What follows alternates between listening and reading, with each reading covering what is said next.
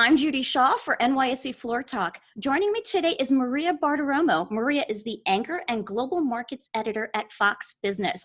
Maria, it's so great to see you. Thank you so much for joining me today. Judy, it's great to see you. We go back a long time, and I'm so pleased to be talking with you. Thank you for having me. Oh, me too, Maria, me too. Now, Maria, you are celebrating a big milestone in your career today. 25 years ago, you became the first reporter to broadcast live from the floor of the New York Stock Exchange. Now, take us back to that time. Why was having a reporter on the floor of the NYSE such a groundbreaking moment and an important accomplishment for you in your career? Well, it was really groundbreaking because it hadn't been done before. And, you know, the New York Stock Exchange today, as you know, is very different than what it was 25 years ago. And when, Dick Grasso, then the chairman and CEO of the NYSE, had an idea to democratize investing and open the camera so that Main Street could actually understand better what was going on Wall Street, people questioned it and they said, well, wait a minute, why would we want that? What's the point? But afterwards, we saw an incredible change, not only in the way that business news was covered, but also in the way people invested. And I'm so proud of the fact that I could be one of the people who helped democratize investing. Whereas I would come on the air at 6 and 7 in the morning from the New York Stock Exchange, and I would tell investors what the big money was doing. And I made it my business to call every trading desk and talk to as many traders I could on the floor to find out what was moving, where was the order flow, who was buying, who was selling, and getting that information out at 7 o'clock in the morning back then so that an individual investor could arm themselves with the right information to make their own investment decisions was truly groundbreaking, because back then you didn't get this information. You certainly didn't get it for free. The big money players, the institutional players like the Goldman Sachs and the Morgan Stanleys and the Vanguards of the world, they had access to all of that Wall Street research and all of the know-how. And they charged heavy prices for it, hefty prices. And the individual, by the time it found out, for example, that, Goldman Sachs was upgrading IBM or whatever, by the time they found out that, the stock had gotten away from them, and it was no longer the price that was an attractive entry point to buy it. So me putting that information out there at 7 a.m. really leveled the playing field. And so there was that major change. And after we did it, we were in the doorstep of a new revolution in terms of .com, in terms of individual investor empowerment. And you saw an incredible amount of mergers. You saw discount brokers coming up, because you saw all of these industry players thinking, well, now we can appeal to individual investors with information and making sure that they understand that they could trade, and it's going to cost them a lot less than before. So I think that it was groundbreaking for many reasons, and it certainly changed the way that business news was covered and how investors got information. But it was also, I think, quite groundbreaking for Dick Grasso and for the New York Stock Exchange. And I've got to give him so much credit, and the exchange so much credit, for being able to have that vision to understand the world was changing, and individuals were a big part of the investment landscape, and they should have a better understanding. So Dick took a huge shot in me, and I'm grateful. So now there was some opposition from the traders at first when you were first on the floor. So tell me, what was it like being on the trading floor every morning, and how did the traders come to accept you? Well, I mean, Judy, it was scary. I have to be honest with you, because first of all, at that time, there were a lot of men. It was largely men. There were a few women, by the way, specialist women and trader women, but not many. And so that in and of itself was somewhat intimidating. But I think when I first got down there were some old school people who just didn't want the press involved in what they were doing. I mean, I remember I had run-ins with a couple of people. One guy, Mike Robbins, may he rest in peace, he passed a few years ago. He screamed at me in the middle of the exchange, telling me, go run along, this is not your business. And, in retrospect, I'm grateful for him, because he made me better. Selden Clark was another one who just didn't want me around, and he would sort of nab me on the side every once in a while, not in a hurtful way, but certainly letting me know that, he was in charge. So there were certainly some traders who didn't want me around, and I feel like When I got that feeling at the time, I would go home at night and I would say, you know what, I'm going to own this job.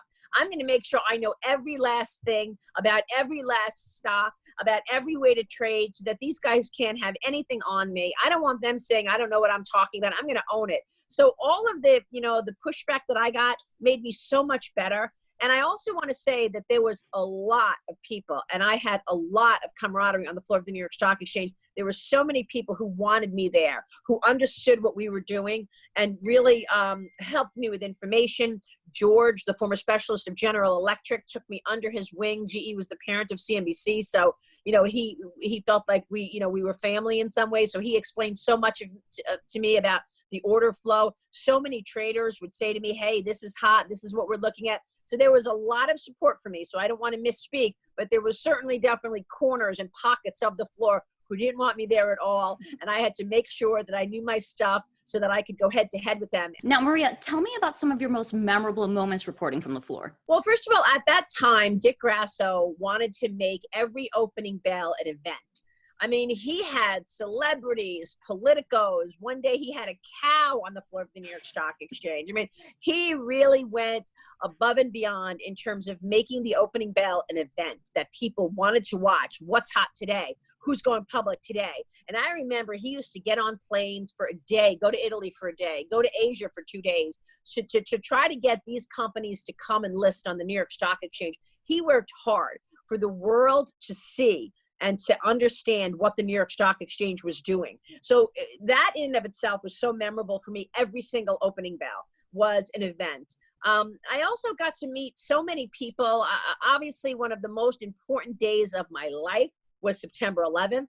I was at the exchange in my little office above the floor on September 11th. I watched the first plane go into the first tower on television, and then I ran outside. I ran to the corner of Broadway and Wall, and I literally watched the second plane go into the second tower, and then I was standing in the same spot when the building started to come down, debris going everywhere. You had to close your eyes, otherwise something would go in your eyes. There was so much camaraderie at that time on that day, and I was certainly afraid for my life. I stayed there all day. The New York Stock Exchange could not have been better, could not have been more supportive.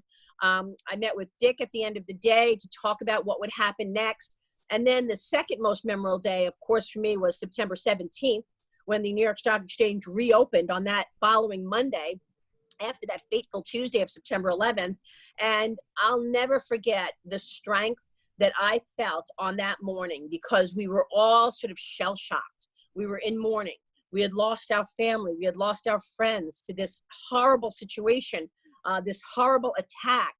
And I looked up at the podium that day, and it was the senators, the governor, the mayor, the firefighters, the first responders, Dick, all standing there. And we were all so solemn. And I remember looking at them thinking, okay, we are down, but we are not out. We will rise again, and we will rise again together. And it gave me such empowerment. And then they all came down from the podium, and I interviewed all of them in the crowds. And it was incredible. What a day to show the world that the New York Stock Exchange would open again, and we would come back, and we would be stronger than ever. And so that was another incredible day. But, Judy, I think, as I look back on these last 25 years, I'm so grateful to have had this front row seat into incredible cycles in our economy and the stock market. And I had that front row seat from the nucleus of it all at the New York Stock Exchange. And, it started off with the individual investor empowerment, where individuals wanted information so that they could make their own investment decisions. That moved on to the dot-com boom, which moved on to the dot-com bust, which took us to the globalization, where one thing happened in New York and it immediately showed up in Europe, and it immediately impacted things in Asia. And then that led to the biggest housing boom anybody had ever seen.